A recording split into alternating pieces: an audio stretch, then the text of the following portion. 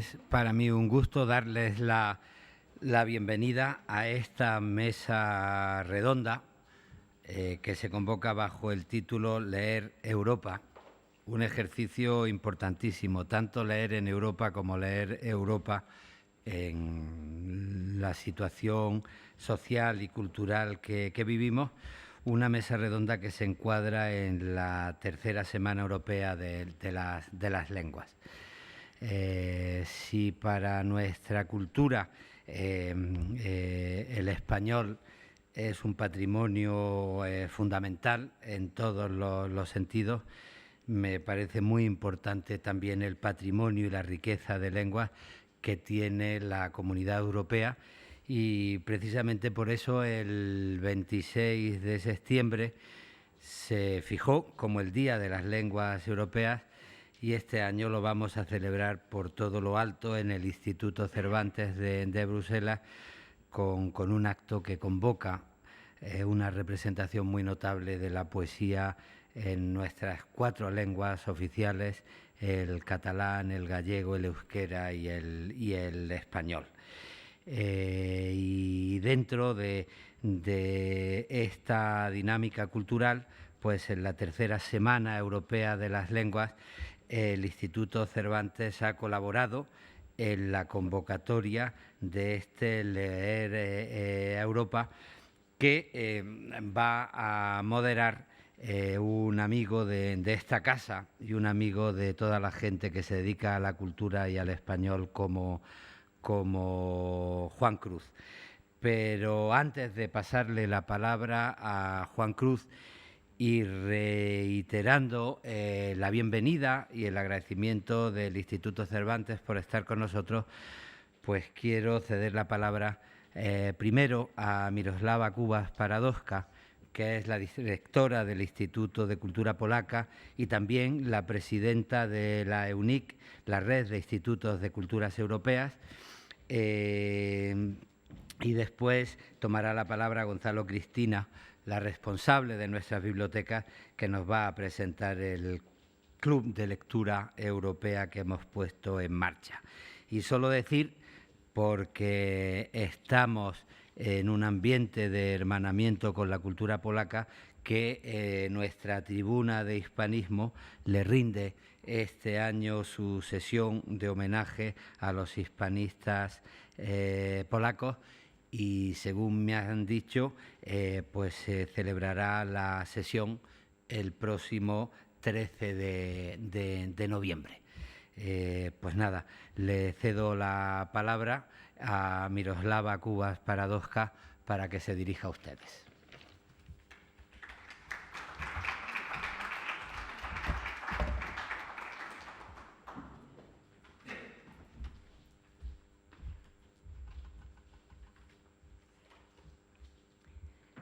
Buenas tardes a todos.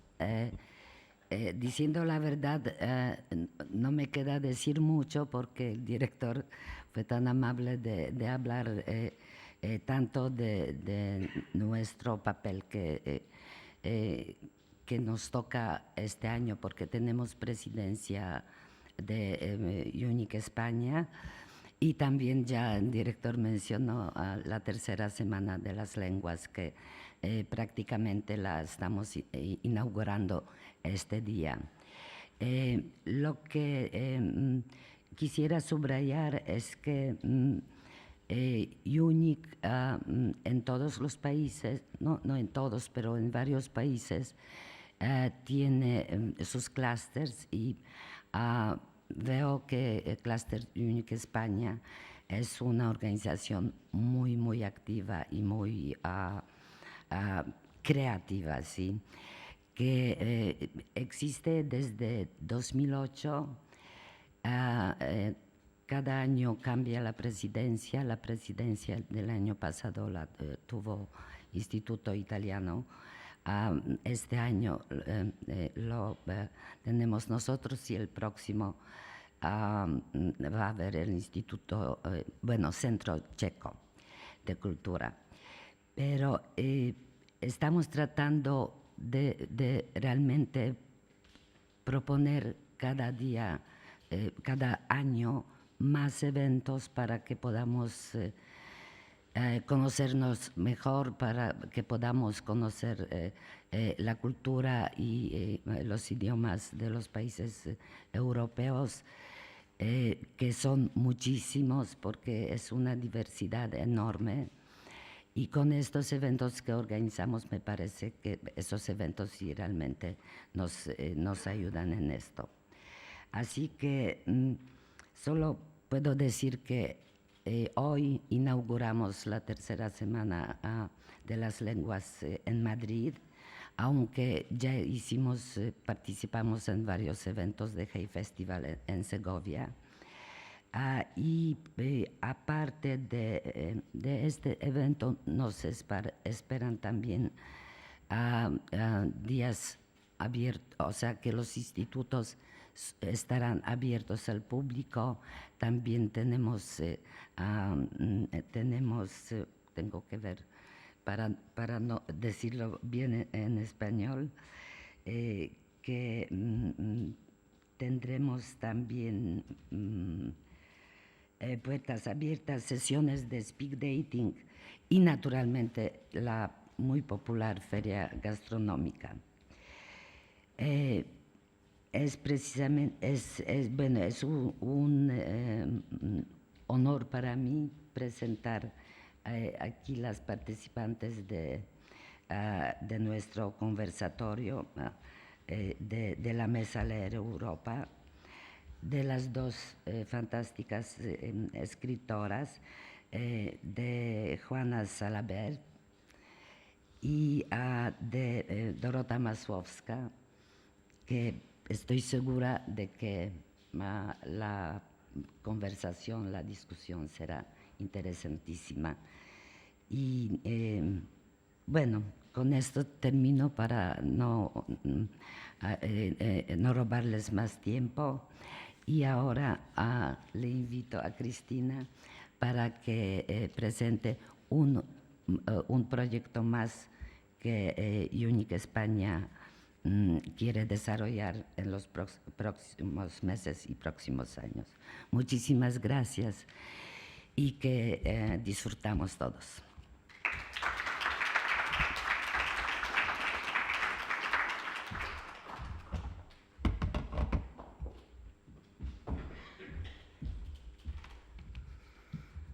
Buenas tardes a todos. Dentro de la idea de leer Europa o de leer en Europa, hemos de subrayar que no es un acto que termina hoy con este encuentro, sino que esperamos que tenga una continuidad en el futuro Club de Lectura Europeo del Grupo de UNIC España, que aprovechamos para presentar esta tarde. El Club de Lectura Europeo es un proyecto que nace entre el grupo de miembros de EUNIC en España, con el objetivo de crear lugares de encuentro para la lectura de obras de autores contemporáneos de los países que estamos representados. Y nos referimos a lugares de encuentro en plural y no a un único lugar de encuentro, porque la escenografía para organizar esta futura actividad queremos que traspase las fronteras de nuestras instituciones para instalarse en otros espacios como bibliotecas de barrio, librerías, cafeterías, lugares abiertos y distintos que favorezcan una amplia participación y permitan introducir el Club de Lectura Europeo en el tejido cultural de nuestra ciudad.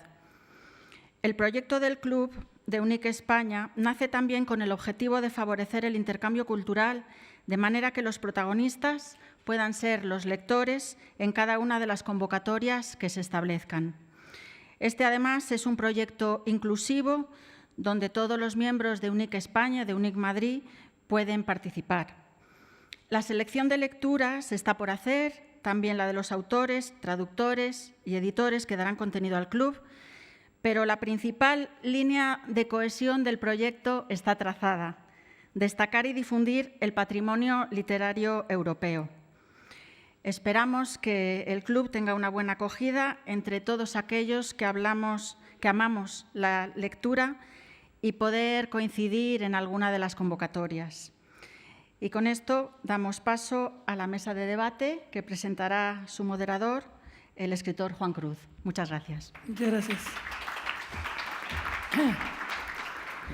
Bueno, gracias Dorota, gracias Juana por aceptarme aquí en el medio, periquito entre ellas, que no sé eso cómo se lo van a traducir a lo pobre Dorota, lo de periquito entre ellas, pero seguro que te lo traducen bien, porque aquí estamos en la celebración de las lenguas que se pueden leer simultáneamente. Y voy a contar una anécdota agradeciendo primero que nada al Instituto Cervantes y a su director.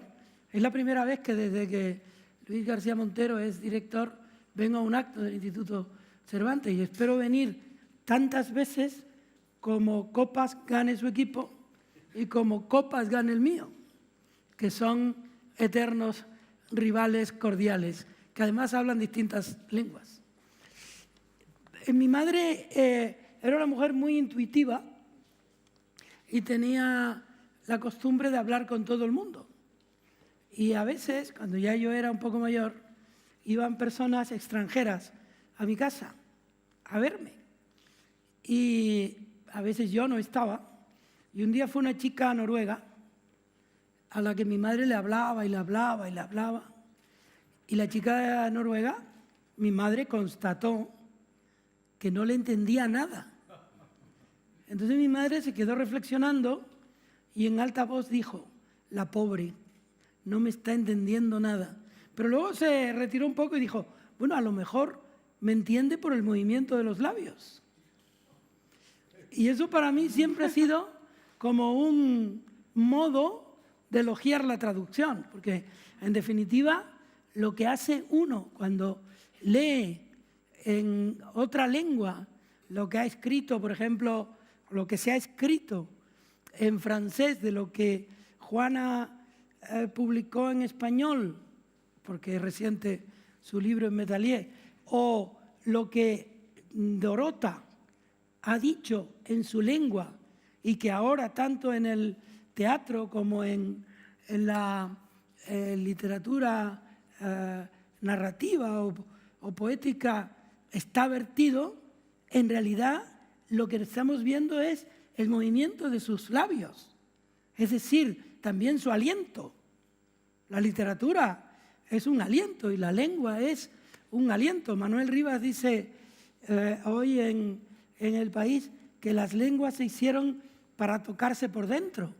Hay algo erótico en el abrazo de las lenguas y me alegra mucho que el Cervantes sea este lugar de encuentro. A mí me gustaría empezar por Juana y por algo que es interesante escuchar de los escritores. ¿Cómo te sientes leída en otra lengua? ¿Cómo sientes? Pues tú eres bilingüe del francés, pero te han publicado en otras lenguas. E incluso, siendo bilingüe del francés, tu lengua de juego es el español. Bueno, mi lengua de juego casi fue más el francés que el español. Mi lengua del deseo de muy pequeña era el español porque he vivido con la sonoridad española y con una nostalgia de una España que en el fondo a lo mejor existía más en mi imaginación de niña, pero que era la lengua que era la lengua de la poesía, la lengua de los discursos de hazaña, la lengua de la nostalgia también, pero de la querencia. Y durante años la lengua del juego y de lo que es las influencias literarias del aprendizaje fue el francés. Pero respondiendo a tu pregunta y dando ante todo las gracias a esta casa maravillosa y a su director, a todos sus trabajadores, a la gente que también nos acoge aquí y en los espacios por donde va itinerante nuestros idiomas por el mundo, me gustaría arrancar diciendo que lo que siempre he tenido muy claro es que sin Babel, sin nuestra multitud de lenguas, sin nuestro universo de distintas maneras de nombrar y de asir el mundo, seríamos muy pobres. Precisamente la riqueza, cuando tú estás en una calle o ves escaparates de una librería, no sé si yo, Polonia, conozco bien el este, pero para mi desdicha Polonia aún no lo he conocido y estoy deseando ir pronto, pero siempre ves un escaparate, ves letreros, escuchas a la gente en un tranvía, en los cafés, cuando te atienden, te sirven un café y siempre te das cuenta que es un mundo que no es el tuyo, pero que es una puerta abierta a que tú empieces a imaginar y a crear ficciones.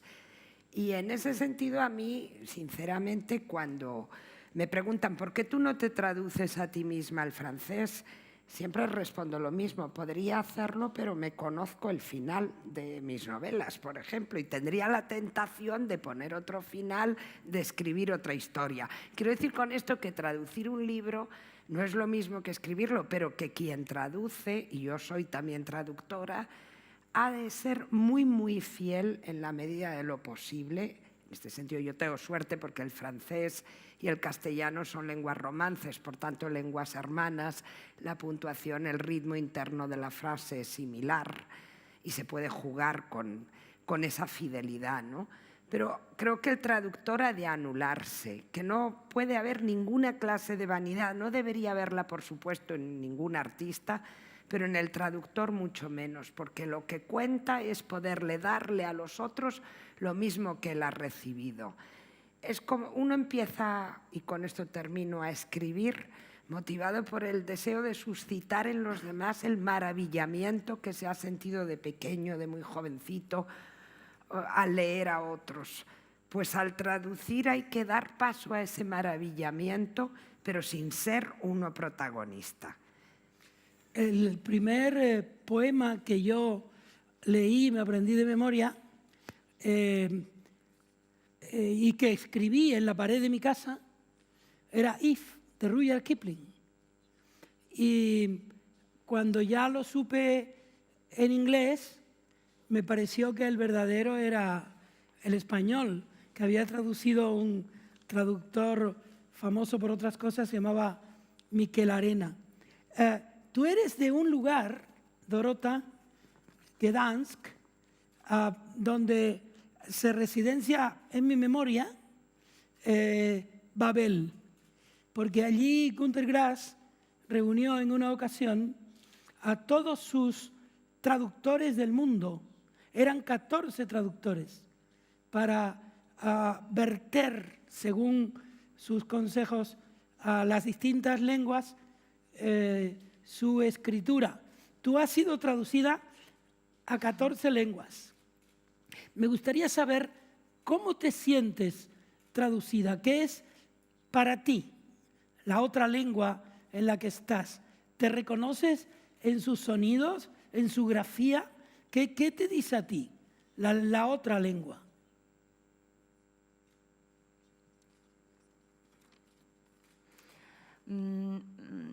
Ciekawy jest wątek Gdańska i Güntera Grassa, który tutaj się przewija, bo Gdańsk de Günter Grass, que has mencionado, porque yo, al igual que él, soy cachuba. Es una etnia de la zona y este tema me resulta interesante porque los traductores con los que he trabajado, los que han traducido mis novelas o mis obras de teatro, representan una historia aparte, cada uno de ellos. Y los encuentros con los traductores me han permitido conocer lo difícil que es traducir mis libros y, o más bien, los traductores lo que tienen que hacer es escribirlos de nuevo. Lo que yo hago en la literatura es bastante complejo en el nivel del lenguaje, porque la acción en mis obras es realmente un pretexto para hablar el lenguaje, para el lenguaje. Y el lenguaje casi siempre se concentra en ver cómo las personas estropean, dañan el lenguaje, en los errores que cometen de tipo sintáctico, todo este tipo de deformaciones del lenguaje y cómo a través de eso expresan su condición moral, mental y todo su carácter. En realidad, en todo lo que he escrito, el lenguaje habla más que los propios personajes o acontecimientos. Y por eso digo que cada traductor tiene de alguna forma que escribir el libro de nuevo. Estos encuentros con los traductores siempre me han hecho entender lo complejo que es esto. También he visto que algunas de estas personas, de los traductores, son compatibles conmigo de alguna forma y otros son muy diferentes y les resulta muy difícil comprender mi mentalidad y mi sensibilidad. Y lo infiero a partir de las preguntas que me hacen los traductores, que a veces tocan detalles muy, muy poco significantes.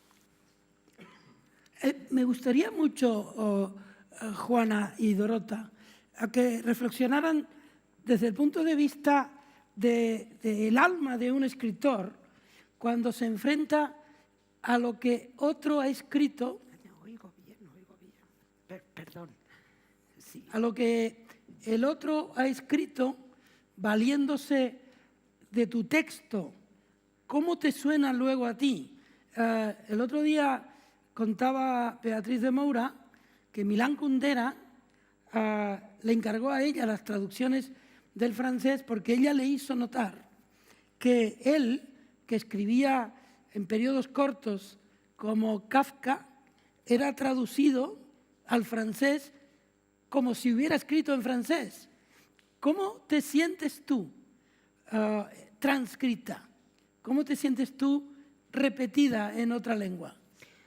Bueno, depende de cada caso, obviamente, pero, por ejemplo, si ahora no voy a mencionar, por ejemplo, Velódromo de invierno, donde ahí tardaron mucho en hacer la traducción, pero en la última, que no tardaron tanto, en La regla del oro, que para mí, Myriam Chirous, que es autora también, no la he leído aún como autora, es una joven traductora, para mí hizo una traducción extraordinaria y le puse... Yo no soy alguien que está de todas formas, mándenme el texto como un policía, de como yo también soy bilingüe y quiero ver el texto. Me gusta dejar libertad al traductor si tiene alguna duda que consultar, de la misma manera que yo qué sé, cuando traduzco a Viñé, por ejemplo, pues no le bombardeo a preguntas. En general, como digo, no exijo que me manden, pero luego cuando leí su traducción de Myriam Chirous de La regla del oro, me sorprendió lo bien que había captado en los diálogos el habla de los personajes, porque había logrado algo que detesto que hacen, no hacer algo que está muy de moda como corriente de traducción últimamente y que yo detesto, que en francés en concreto lo llaman aplatir le texte, sería como limpiar el texto. Quieren en algunas corrientes que para mí son infames, lengua neutra. Y no existe lo neutro, de la misma manera que me encantaba lo que comentaba antes Dorota sobre el lenguaje, porque cada personaje tiene su lenguaje, jamás va a hablar igual en la novela alguien que ha crecido en Andalucía que otro que haya crecido en Irún, un notario que un estudiante de secundaria, un obrero de la construcción que una matrona de un hospital, por ejemplo. Cada uno tiene su experiencia y esa experiencia es su habla, y su habla es su mundo. Y por eso casi en una novela o en un cuento casi lo más difícil de lograr siempre es los diálogos que sean verosímiles. Y esta mujer, al menos yo sentí que estaba leyendo mi novela. Y aunque comprendo perfectamente lo que Dorota quiere decir en el sentido de que cada uno tiene que hacer su propio libro del texto que está traduciendo, pero conviene que ese libro siga siendo el de Dorota o el tuyo, Juan, o que quien traduce a Luis García Montero no se tome unas sí, o a Ernesto Pérez Zúñiga, no se tome unas enormes libertades de decir, yo voy a hacer lo que me da la gana, porque dices, no, entonces usted haga su propio libro. Pero claro, entre lenguas hermanas, romances, o entre lenguas eslavas o lenguas sajonas, es más fácil. Pero creo que hay que buscar el no traicionar, el respetar la música interna, porque la literatura es música y color también. La insistencia en la música, Dorota, es muy interesante. Tú misma lo has evocado antes y tu obra tiene que ver muchísimo con la música, toda tu obra. Interesaría saber si escribiendo esa música ya existe, no es solo la que viene luego dada con las palabras. Hay un ritmo dentro de ti que se manifiesta en tu escritura que luego en efecto es música cuando lo lees. La prosa es música. Rzeczywiście od kiedy zaczęłam Desde que pisać, ta empecé a muzyka w tym procesie bardzo mi escribir, towarzyszy. Na różne sposoby, música dlatego, siempre me ha acompañado en muchas na maneras, początku porque bardzo się tą muzyką stymulowałam. al principio la música me estimulaba, yo escuchaba continuamente música muy alta mientras estaba escribiendo. Ahora ya no hago eso, ahora escribo en silencio y los ritmos los produzco dentro de mi cabeza. Lo que creo muy valioso en la ritmización del texto, que tiene su coste, por supuesto, porque de alguna forma se pierde algo de verdad y algo de naturalidad de la frase, porque las frases se someten a un ritmo artificial, se vuelven más fantásticas y ese elemento fantástico tiene que estar justificado. Pero escribiendo de esta forma, vuelvo, creo, a una energía muy popular. Recupero esta energía popular donde el ritmo y la rima son elementos conducentes. Hace mucho tiempo las narraciones se ritmizaban, porque de esta forma eran más fáciles de repetir y de ser memorizadas.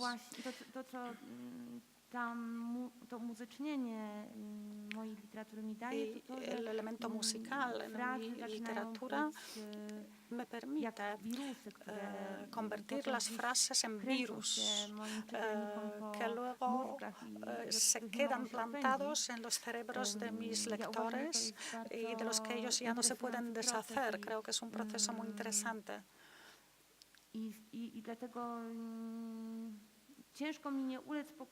Por eso no me puedo resistir a emplear este método. Creo que un libro escrito de este modo tiene un gran poder de influencia. Pero, por otro lado, creo que también es difícil y de alguna forma aporta más dificultad a la traducción.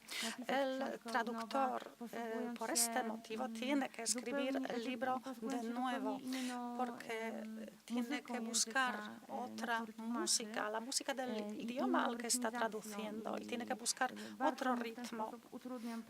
Creo que este modo de escribir mío le dificulta el trabajo a los traductores. A propósito de lo que decía Juana, de que independientemente de que el traductor tiene su libertad y puede llenar de alguna forma el libro consigo mismo, con sus propias asociaciones y proponer su propia versión.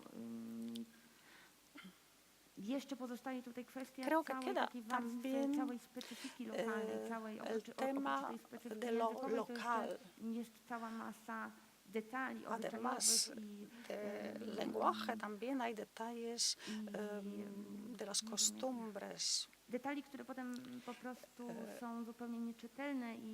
que pueden ser ilegibles en la traducción. Me acordé aquí de Bára Gregorova, mi traductora al checo, que uno de mis libros lo tradujo, lo transpuso de alguna forma integralmente a la situación, a la realidad checa. Esta misma solución me la proponen ahora varios traductores de mi último libro, que es una especie de poema hip hop, y muchos de ellos me dicen que tal vez lo mejor, lo más sencillo sería traducir primero este libro a la realidad americana, norteamericana, porque hay tantos detalles tan difícilmente comprensibles que para que ellos puedan comprenderse bien, no pueden dejarse a un nivel local. Si dejamos el libro ambientado en Polonia, en condiciones locales tan típicas, tan propias de Polonia, los mismos lugares, las mismas expresiones, no desencadenarán en otros lectores las mismas asociaciones que hacen en los lectores polacos. Y esto sería castrar el libro. Ya entonces se hablaría de un proceso de versión o adaptación más que de alargando el término, extendiendo el término traducción, ¿no? Sería adaptar algo concreto a otra realidad concreta, si he creído entender lo que acaba de decirnos Dorota, ¿no? Con su traductora checa y ahora la traducción en Estados Unidos. Sí, creo que adaptación es un término muy acertado. La adaptación es un término muy acertado. Me gustaría seguir un momento con Dorota, pero te toca a ti casi lo mismo después. Tú eres muy joven, tú empezaste a publicar casi como Juana, con la misma edad que Juana, tú hace menos años y Juana hace casi los mismos menos, pero un poquito más. Me gustaría saber cómo ha ido cambiando la música de tus libros en función de lo que ha ido pasando a tu alrededor, en tu país o en el mundo.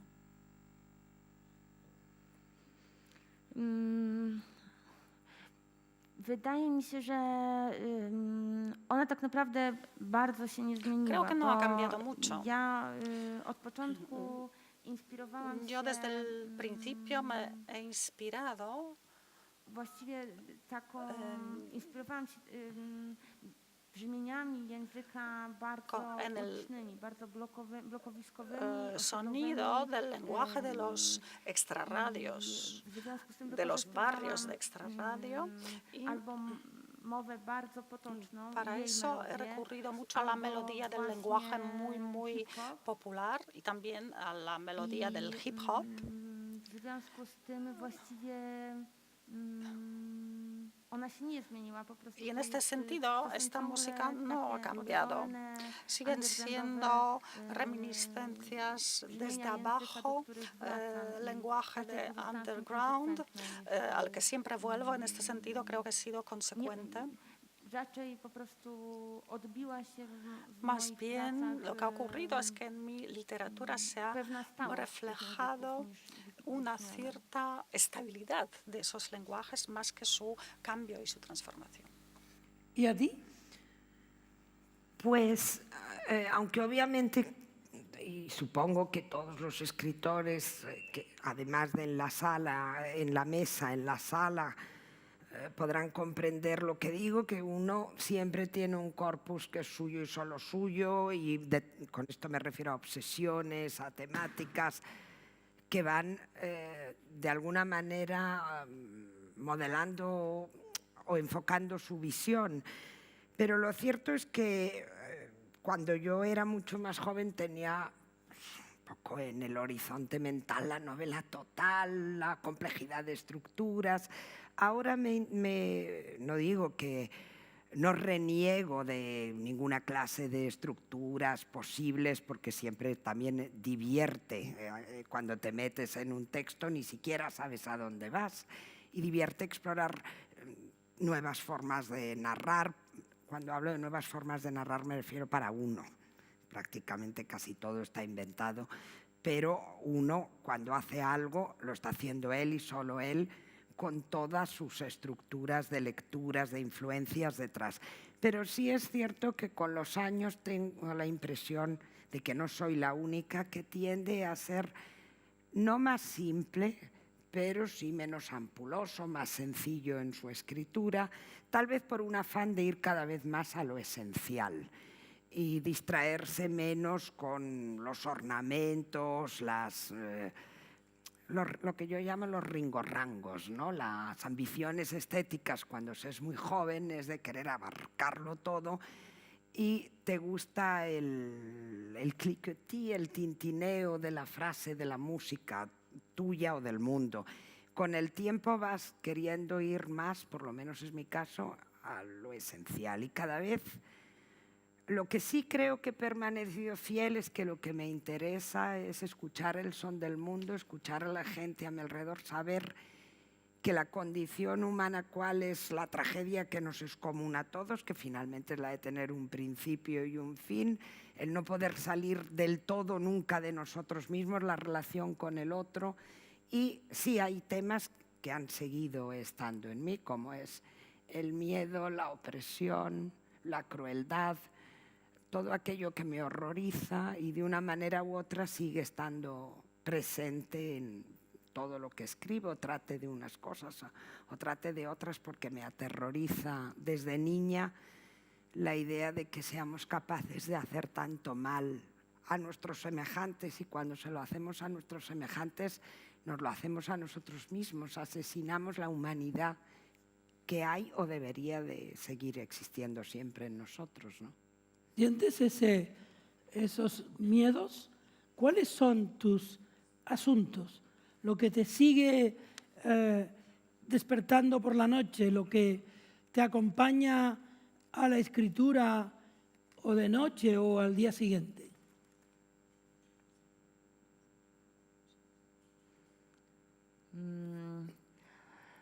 Myślę, że mój przypadek jest zupełnie odwrotny niż Juany, chociaż wiem, o czym mówi, kiedy odnosi się do pewnej prostoty, una cierta simplicidad que aprecia cada vez más.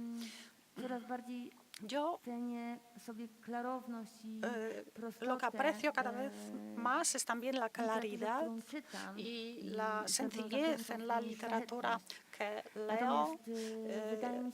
Aprecio la honradez que lleva consigo, pero yo creo que hago justamente lo contrario en mi obra. Mi prosa y mis obras teatrales y mis canciones son siempre una meditación sobre el lenguaje, sobre la manera en la que la gente se expresa, cómo eligen determinadas soluciones lingüísticas consciente o inconscientemente, y cómo estas soluciones determinan su lugar en la, o expresan su lugar en la sociedad y sus problemas particulares, así como algunos temas del subconsciente colectivo, aunque sea de forma inconsciente. Creo que en la literatura lo que más me interesa es el hecho de que el lenguaje, con toda su complejidad y riqueza, y siendo una institución pública que cualquier persona utiliza a su propia manera, es también un gran repertorio de la subconsciencia colectiva y que comprende tanto la historia de cada nación o sociedad como su futuro. Me interesa también la función fáctica, creadora del lenguaje, y eso sí me aterroriza.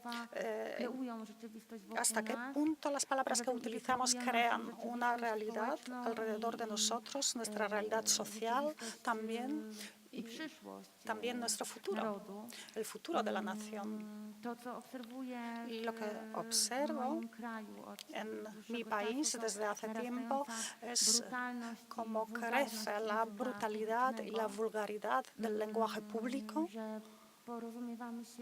que veo que nos estamos comunicando con un lenguaje, con un idioma lleno de conflictos, muy brutalizado, que comporta cada vez más crueldad, más descuido. Y lo que me asusta es qué tipo de futuro generará este lenguaje que estamos usando ahora. Por ejemplo, pienso en el caso de mi hija. ¿En qué realidad vivirá mi hija si esa realidad la va a crear precisamente este lenguaje? ¿Qué edad tiene? 14. Tiene 14 años. Una niña, casi tu hermana. Coś jest na rzeczy. Bueno, algo de eso sí. Es triste, ¿no? Observar que hay un paralelismo hoy en Europa en esa generación de lenguaje brutal o de deriva brutal del lenguaje público. En España lo vemos cada día. ¿A qué obedece?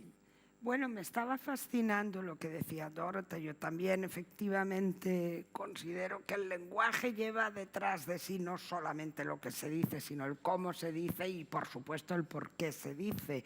Ella ha hablado de brutalidad y es que es exactamente eso. Uno oye hablar a determinados personajes en 140 caracteres o ante un micrófono de radio, me da igual. Y tiene la impresión de estar regresando en el tiempo, de haberse subido a la máquina de H.G. Wells.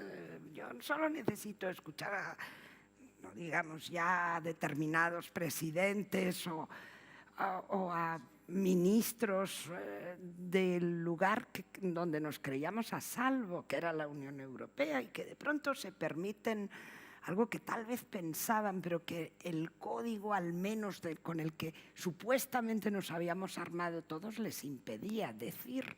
Y llevamos más de una década, pero más de una década, asistiendo a degradación efectivamente del lenguaje público. Y lo que tú has dicho de qué mundo va a ser en el que vivan nuestras hijas o nuestros hijos o nuestros nietos o cada cual, o simplemente los jóvenes que tenemos al lado, es aterrador, porque en parte, no sé si Dorota y tú, Juan, o el resto de la gente leyó un libro muy interesante, era Laurent Binet, el autor joven más o menos de la generación de Dorota, tal vez 2 o 3 años más, La séptima función del lenguaje, que era un aparente boutade muy inteligente, él es muy brillante, sobre Julia Kristeva, toda aquella generación, pero detrás de eso, él que había escrito antes HHH sobre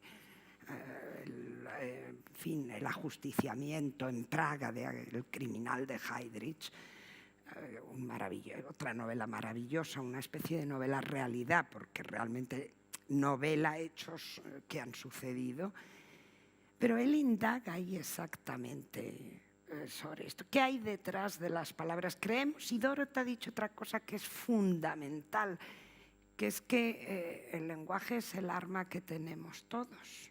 La música, todos la disfrutamos, pero si se quiere hacer música te tienes que poner, por lo menos aprender algunos rudimentos.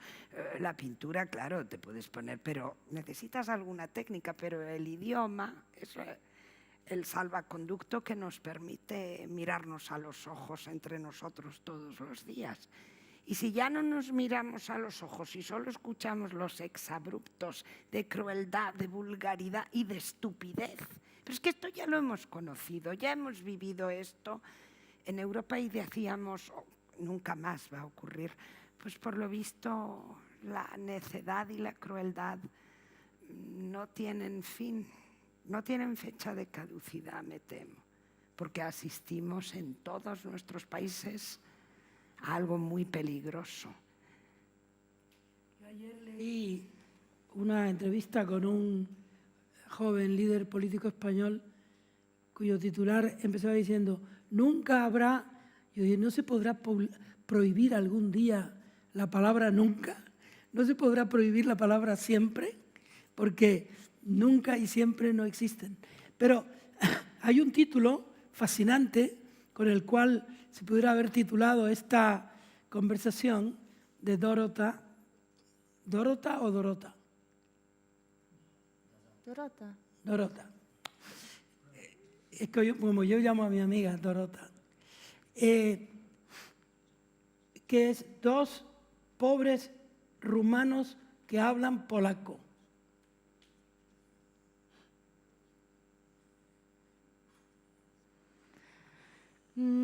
To skomplikowane. Es muy complicado. Właśnie to jest bardzo ciekawy przypadek. Pero es un ejemplo muy curioso Każdy kraj porque ma innych Rumunów. en cada país tiene sus propios rumanos. En Polonia yo hablo de rumanos porque como sociedad muy homogénea desde los tiempos de la Segunda Guerra Mundial, en los años 90, experimentamos una oleada de migración de gitanos rumanos. Y ellos se convirtieron en una especie de presa fácil. Éramos un país recientemente descomunizado, un país muy acomplejado, con un gran complejo de inferioridad respecto al resto de Europa. De repente teníamos a alguien que quería vivir como un indigente en nuestras calles y comer los restos de nuestros basureros. Y era una figura que necesitábamos, alguien peor, cuya condición era aún peor que la nuestra, y de esta forma los rumanos formaron parte de nuestra fraseología como un sinónimo de un ser humano de peor clase. Es una frase que escuché en algún sitio como broma, lo de los dos pobres rumanos que hablaban polaco. Me pareció una broma fantástica, absurda, sin sentido, porque los rumanos, en realidad los rumanos que hablan polaco prácticamente no existen en la naturaleza y seguro que no existen en Polonia. Creo que es un título que plantea muchos problemas a los traductores, porque, según he dicho, esa figura del rumano, del peor, es distinto en cada país. Muchas veces esa obra se representa en países donde el rumano no tiene el mismo significado y, en realidad, debería sustituirse en ese caso el rumano por, a lo mejor, otra nación que tiene ese papel. Pero sería Dilo el en chivo rumano. expiatorio, sería el chivo expiatorio. Que Claro. existe No, en pero a todas ti te va las- la pregunta paralela, te va ahora. Di en rumano el título. Oczywiście, ale może kiedy indziej. Claro que sí, pero no hoy, será otro día. Ale ja mam przeczytać? Dioci Wiednicz Rumunov Mojadziewicz po polsku. No, całkiem dobrze. Si bien, Prawie casi dobrze. bien. Casi bien, bueno, está bien. A ver si me mandan al Instituto Cervantes de Varsovia. O de Gdansk, que estaría No, en nueva trzymam creación. kciuki.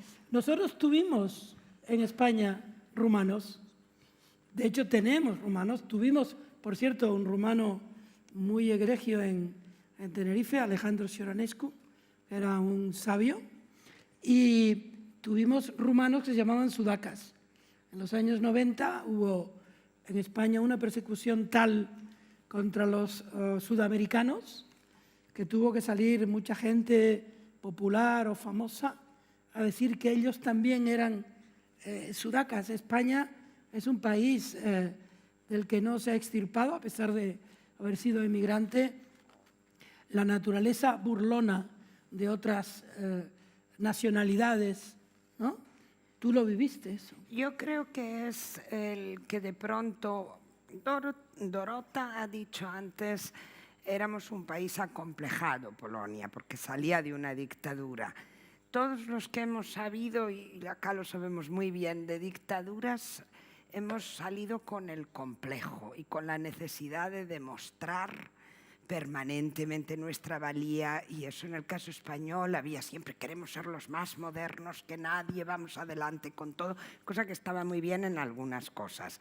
En hacer los macroproyectos urbanísticos, pues no, el tener más aeropuertos que nadie era un absurdo, además de un expolio en el caso de algunos. Pero volviendo a lo del chivo expiatorio, creo que es una necesidad de pronto, de nuevo, rico, de sentir que existe otro que le va peor que a ti y entonces te sientes seguro. Tú puedes estar explotado, puedes estar hecho una catástrofe, estar con 1000 problemas en lo que te rodea y también en tu mundo interior, pero si hay el chivo expiatorio, y esto es lo que ocurrió durante el nazismo, lo que propició las delaciones durante el periodo inquisitorial a brujas, a judaizantes, no solo en nuestro país, por toda Europa, y es lo que por desgracia parece que... Pero volviendo un momento a otro tema que habéis mencionado,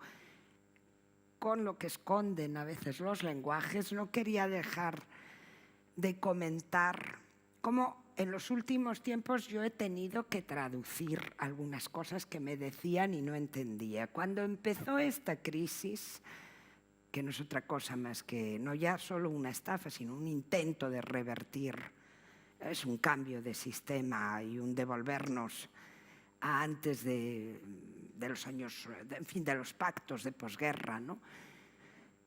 Cuando empezó esta crisis yo, que me puse como no sabía de qué me hablaban, te juro, Juan, que yo veía y escuchaba en los noticieros, abría los periódicos y yo no sabía de qué me estaban hablando. Naturalmente me puse a leer libros de economía hasta que comprendí que estaba en el neohabla de George Orwell, que cuando decían desindexación lo que querían decir era no, la gente que cobraba esto de pensión va a cobrar menos. Cuando hablaban de flexibilidad, que no, tú piensas flexibilidad, ser flexible es algo bueno en principio. Lo que se estaban refiriendo era cómo echar más deprisa a la gente de los empleos. Entonces me di cuenta que la traducción había cobrado otra nueva necesidad, que es que teníamos que traducir nuestros propios periódicos y los discursos de nuestros ministros de entonces salían y decían cosas que pensaba, si yo no lo entiendo, ¿cómo lo va a entender alguien de 14 años? ¿Cómo lo va a entender alguien, pues a lo mejor en un pueblecito muy anciano? Estaba hecho para eso, para que no entendiéramos. Era George Orwell en estado puro, era 1984 otra vez.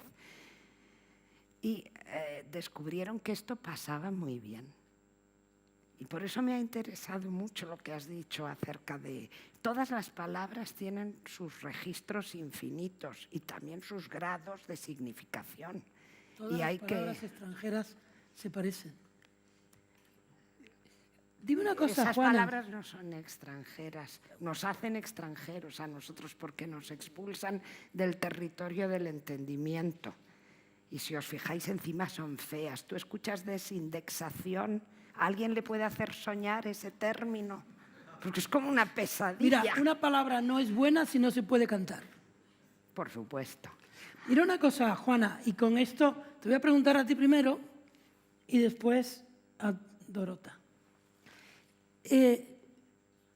¿Qué literatura extranjera, polaca incluida, te sonó primero? ¿Qué te ha dejado la literatura extranjera que has leído? Bueno, ¿te refieres a la que primero leí? Sí.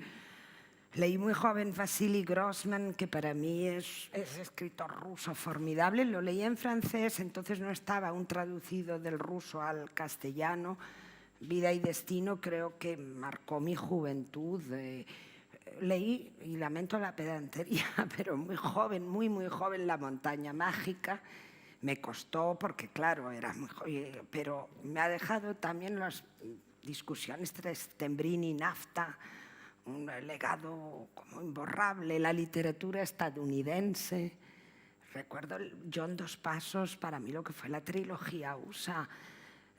Por supuesto, la literatura en mi propio idioma, maravillosa, pero... ¿Y en polaco? Pues en polaco, Cenizas y diamantes, recuerdo que me impresionó muchísimo. ¿De quién? Espérate ahora, Jersey. Bueno, ya saldrá. No, Jersey, pero claro, otra cosa es que yo pueda ya pronunciar. A ver, por favor. ¿Cómo se pronuncia? ¿Ves? Andrzejewski. Bueno, Jersey, eso sí, que es maravilloso, pero en general conocía antes las otras literaturas que la polaca, mucho la austriaca también. De niña, Stefan Zweig, que estaba, yo creo, cuando mi generación estaba en las casas y era de los pocos escritores que no había prohibido. Pero no le prestábamos atención. No, es que el régimen franquista no lo había prohibido porque probablemente ni sabía quién era, pero en cualquier caso dijo, este es un vienés y ya no se preocupó de más, ¿no? Cuando es tan luminoso y tan profundo. Dorota, en aspectos de tu biografía hay similitudes lorquianas, ¿no? En algún momento la música, el teatro, hay como una voluntad de representación de la voz por otros medios, ¿no? De Lorca, curiosamente, no se conserva la voz, pero sí la música. Y la música en las palabras.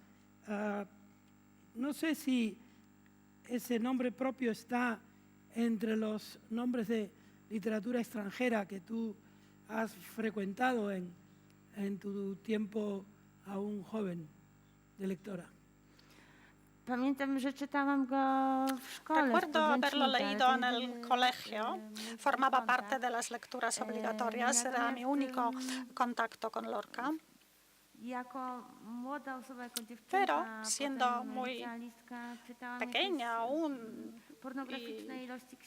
me gustaba leer cantidades pornográficas, literalmente, dice Dorota, de libros, pero son libros que no han permanecido. Creo que he perdido un poco de tiempo como lectora de joven. Creo que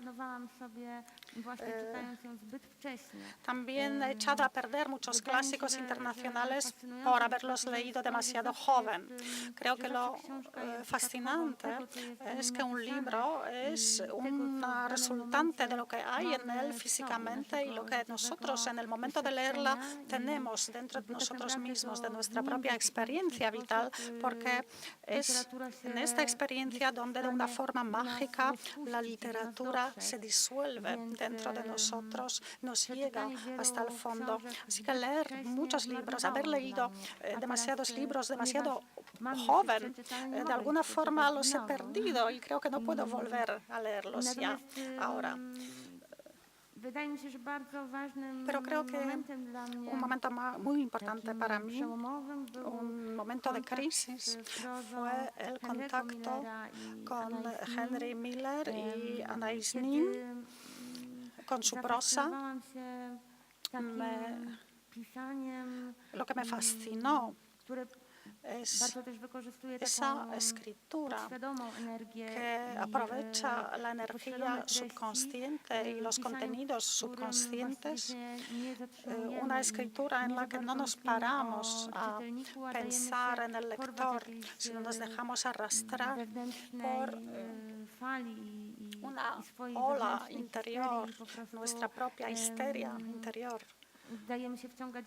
Nos dejamos absorber por ese remolino de asociaciones, de recuerdos, sin intentar introducir un orden, introducir algún tipo de esquema. Y en cuanto a esos deslumbramientos literarios, creo que lo que mejor recuerdo es Faulkner. Creo que es quien más marcó mi propia escritura posterior, aunque lo que hago en la literatura es muy específico, es muy particular. Creo que es muy difícil que la crítica llegue alguna vez al origen de mi escritura, pero son libros que yo, de Faulkner, los que he podido leer una y otra vez y nunca cansarme de ellos. Bueno, Juana, Dorota, gracias por cruzarse las palabras. Faulkner, forever. Gracias a ustedes. Muchas gracias, Juan.